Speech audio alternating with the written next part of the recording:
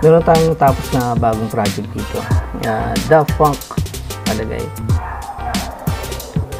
Bali yung napagawa sa akin ito, nakabili kasi siya ng Daft Punk na na action figure. Kaya nung nag-inquire sa akin, sakto meron akong mga stock na acrylic tubes, mga ginamit ko sa dati kong project. Kaya yun, nakapagawa ako.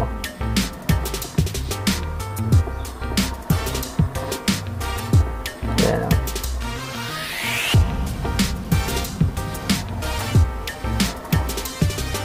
Yung ginamit ko nga pala dito ng heads, inkjet transparency film. Kaya pwede ka mag-paint. Yung mga heads ko Evans, tapos yung ating hi-hats Sijan. So yung ginamit ko dito sa stick, toothpick.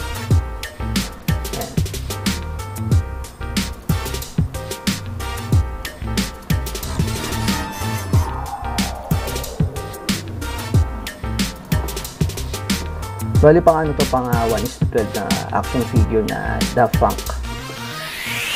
So ayan.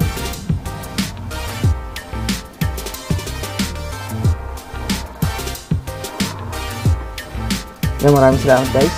Hanggang sa mga susunod na videos ulit. Maraming salamat.